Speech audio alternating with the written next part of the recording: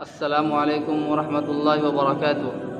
मुफ्ती सलमान अज़हरी साहब के बारे में जो सोशल मीडिया पे जो है सवालात पैदा हो रहे हैं, जो सवालात गर्दिश हो रही, क्या मुफ्ती सलमान अज़हरी साहब रमज़ान से पहले घर आ पहुँचेंगे या पूरी रमज़ान जेल में गुजारेंगे।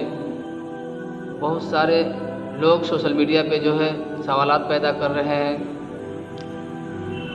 क्या मुफ्ती सलमान अज़हरी साहब को ज़मानत मिल जाएगी जो पासा एक्ट लगाया गया है, या उसके लिए मुसलमान जो है रोड पे निकल कर प्रदर्शन करेंगे, क्या उन पर से पासा एक्ट को हटा दिया जाएगा। मोहम्मद आरिफ कादरी साहब सवालात कर रहे हैं हाई कोर्ट के वकील से, और मैं आप लोगों को हाई कोर्ट के वकील का जो है बयान सुनाना चाहता हूं। और आप हाई कोर्ट के वकील का नाम है इनामुद्दीन चौधरी साहब। आप उनके बयान को सुनिए, समाअत फरमाइए कि उन्होंने पासा एक्ट के बारे में क्या कहा जो मुफ्ती सलमान अज़हरी साहब पे लागू हुआ है।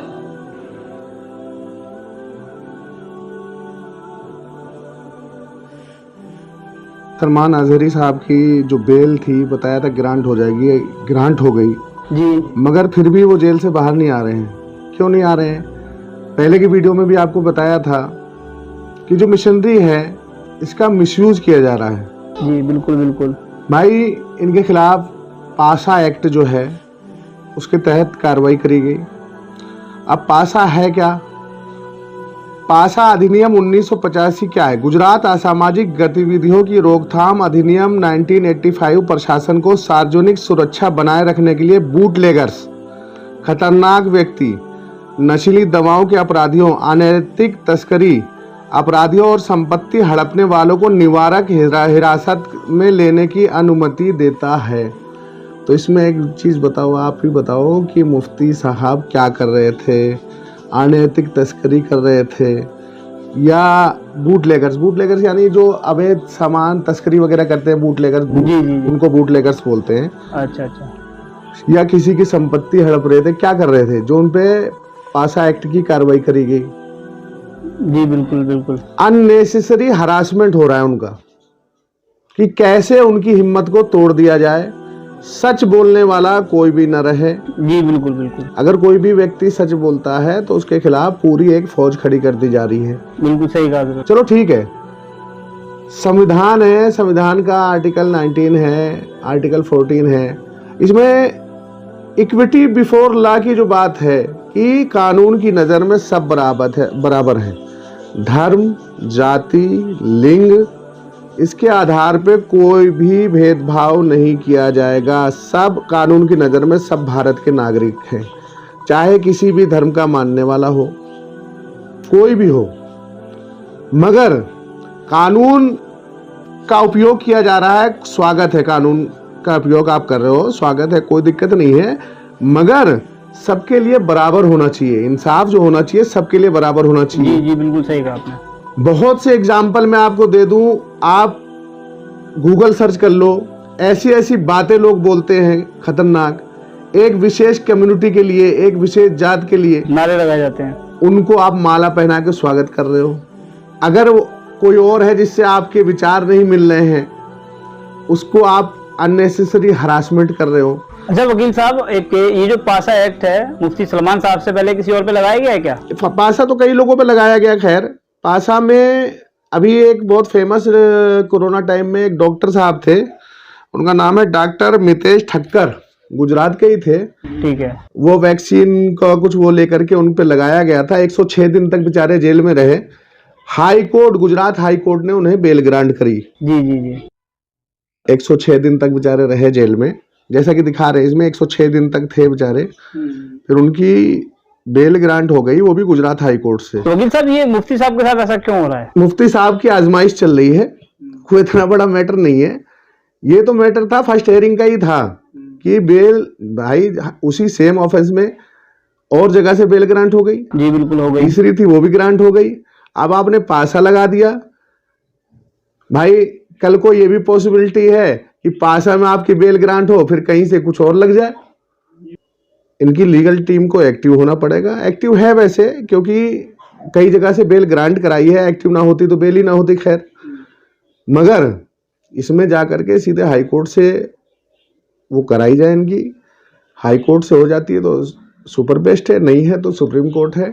अच्छा वकील साहब, हाई कोर्ट में हम जो अपील करेंगे इसमें हमारे पास कितना वक्त है कि हम जो है अपील कर सकते हैं? तो इसमें अभी पहले यहाँ से पासा यहाँ से लगी गया, अब टाइम क्या है, अपना है लग गया एक्ट, अब जा करके वहाँ फाइल करें हाई कोर्ट में। अच्छा वकील साहब, आपने जो बताया अभी डॉक्टर साहब वाला जो मामला हुआ, ये पासा एक्ट जो है ना गलत तरीके से यूज किया जा रहा है, इसके लिए कोर्ट अपना जो है ना कुछ संज्ञान नहीं ले रही क्या? इस बारे में अगर कुछ अपडेट हो कुछ बताइए। भाई पहले भी इसका मिसयूज हुआ है, पासा एक्ट का काफी मिसयूज हुआ है जी।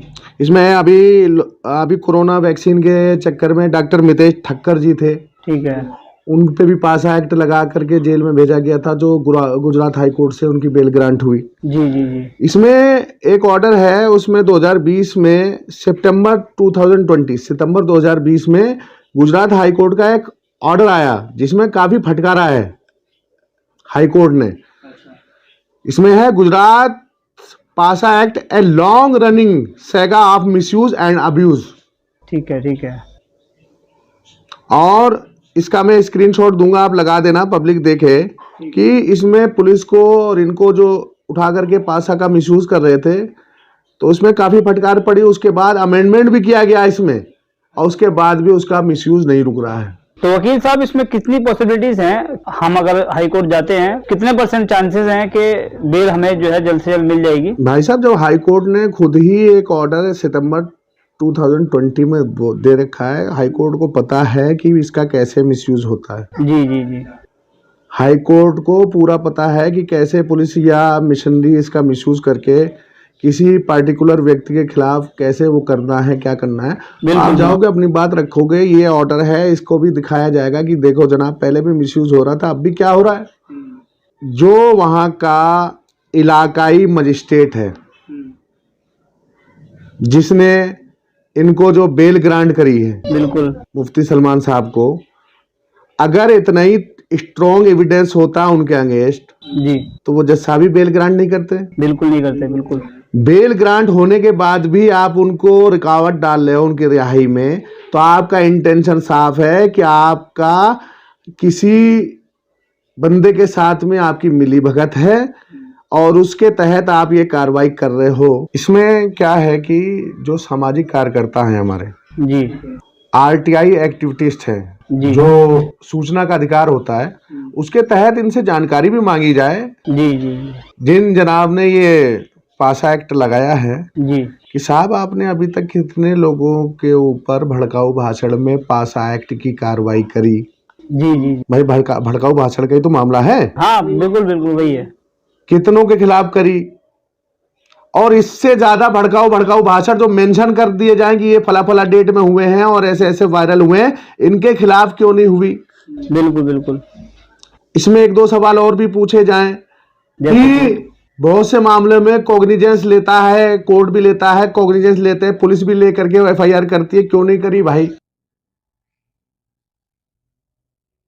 तो इसमें कई सवाल पूछे जाएं आरटीआई के दायरे में और रिटर्न में दिखाया जाए कि भाई ये आपका कंडक्ट है, अगर करो तो। वही मैं बात करता हूं ना, equity before law.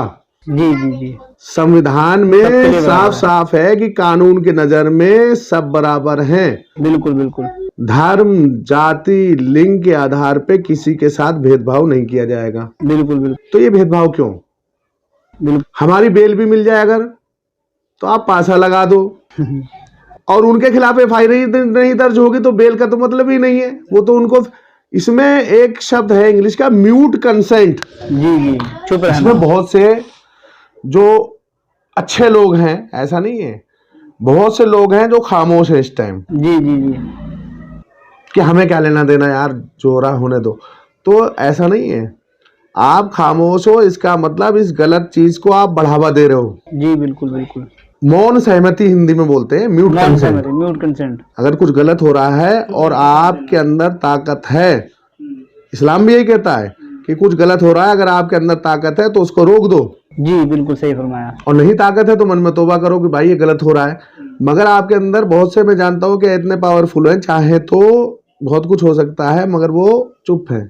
Wasim Barelvi साहब है, उनका शेर है कि उसूलों पे जहां आँच आए टकराना जरूरी है, जो जिंदा हो तो फिर जिंदा नजर आना जरूरी है।